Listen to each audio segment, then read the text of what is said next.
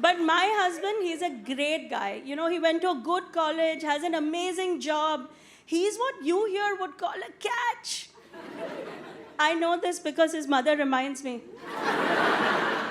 every day.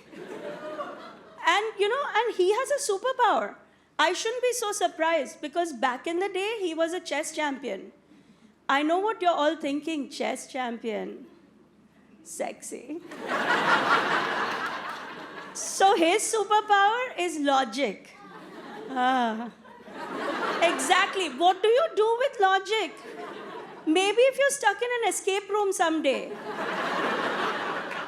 But otherwise, what do you do with logic? You know, it's as if I'm married to Clark Kent, who never becomes Superman.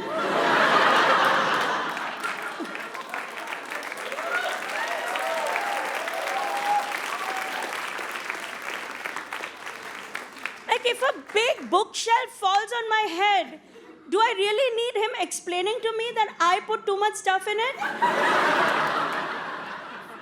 Or if my check luggage is overweight at the airport, I need him pointing out that I took too many towels from the hotel?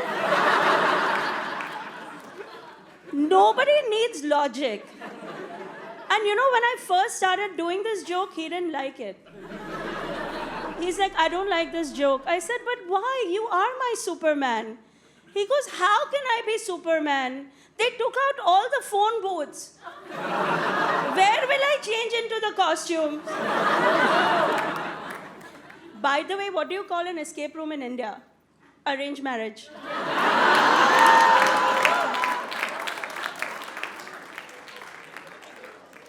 So my oldest is my daughter. She's a freshman this year at Stanford University. Thank you. So when she got in, immediately I called my mother-in-law. To flex. Like, wouldn't you do that? Wouldn't you brag about this? And you know what she said to me, my mother-in-law? She said to me, how good can the college be if it's taking so many girls?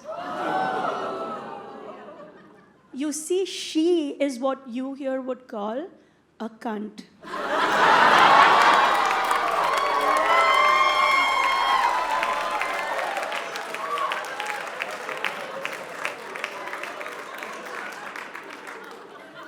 But I can't complain about her too much. Because without her, what would I get up here and say? What would I say? I would be like, I'm happy. I'm fine. I too have self-esteem. Let's face it, without her, I would have no act. But now my kid is in college and it's all about making friends. I was like, why? Make friends when you join Doctors Without Borders. And she's like, Mom, be serious. I have to make some friends. I said, okay, I'm going to give you the guidelines on who you can be friends with. You cannot be friends with any communications majors.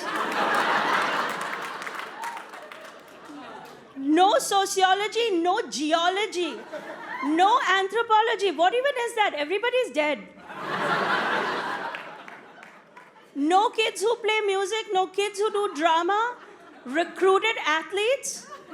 Do I even need to say the words? And she's like, so I can't have any friends. I said, I didn't say that. Did I say that? No, right? I said, comp sci is good. Engineering, pre-med, basically all the Indian kids. And she's like, what if I meet an Indian kid who's an art major? I said, that doesn't exist. And if you meet that kid, get his mother's phone number.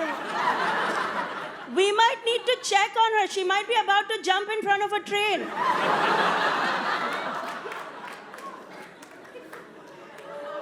So are we all familiar with the acronym STEM in education? We all know what it stands for? What does it stand for? Science, technology, engineering, math. So have you heard about the controversy surrounding this acronym? They want to add art to it. Because the artists are feeling excluded. And they want to make it STEAM. What are they trying to do to us? Do they realize that if you add art to STEM, there will be no STEAM? Do they think that the guy who invented the steam engine ran a puppet show on the side?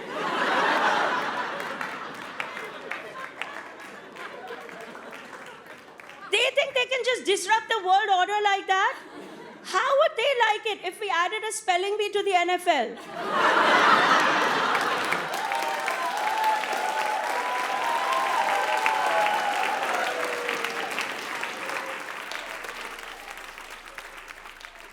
But let me tell you about my 16-year-old son, so handsome. I can show you a photo afterwards if you want. My 16-year-old son recently started walking to school with a girl. So I follow them. And my husband's been so impressed with me.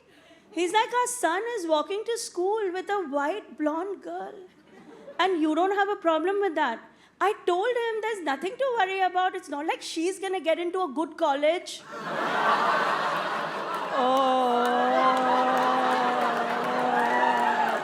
Whatever, cancel me, I don't care.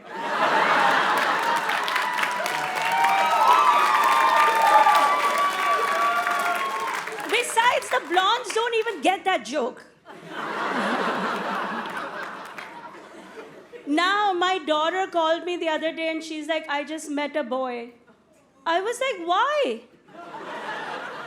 You're born here, you don't need a green card.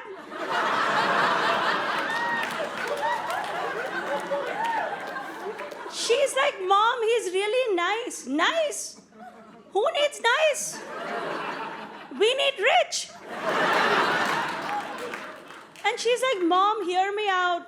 He's an engineering major. I said, okay, I'm listening. He's from Connecticut. Fine, go on. His mom is the head of development at HBO. I said, he's got potential.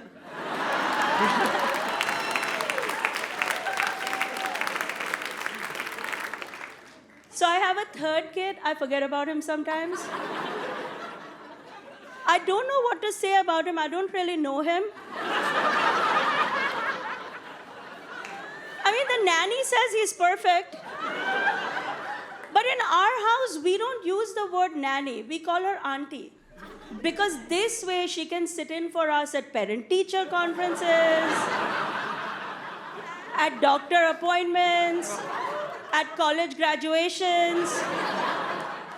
But speaking of college, I have to tell you, I have uncovered the world's biggest scam. Did you guys know that in this country, the parents don't get to decide what the kid's gonna study?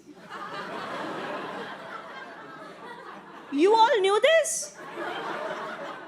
I really thought when my kid goes to college, I will call the college up. And I will say, Comp Sci 1, Comp Sci 2, go. She wants to have some fun. I understand that. Give her one class in chemistry.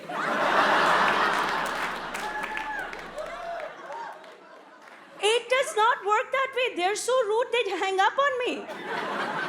So I had to call my kid and ask her. I was like, what are you enrolled in? What are you studying? Are you guys ready for this? Ceramics. $80,000 to learn how to make clay pots.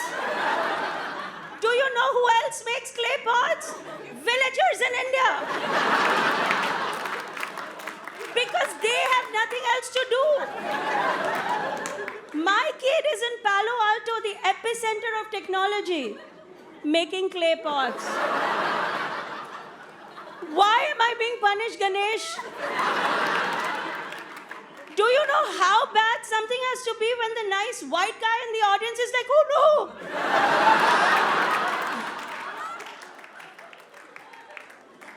And now I have an update on this situation, and you guys are going to think I'm making it up. I'm not. I'm telling you the truth. I just found out that she's required to take a class in wellness.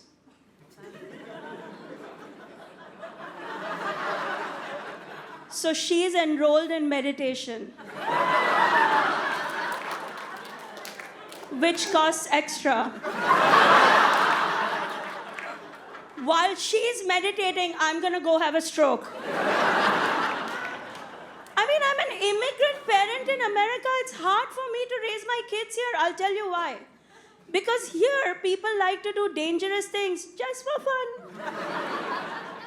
Just for the thrill of it. They like to go sliding down mountains, fall out of airplanes, dive into oceans, just for the thrill of it.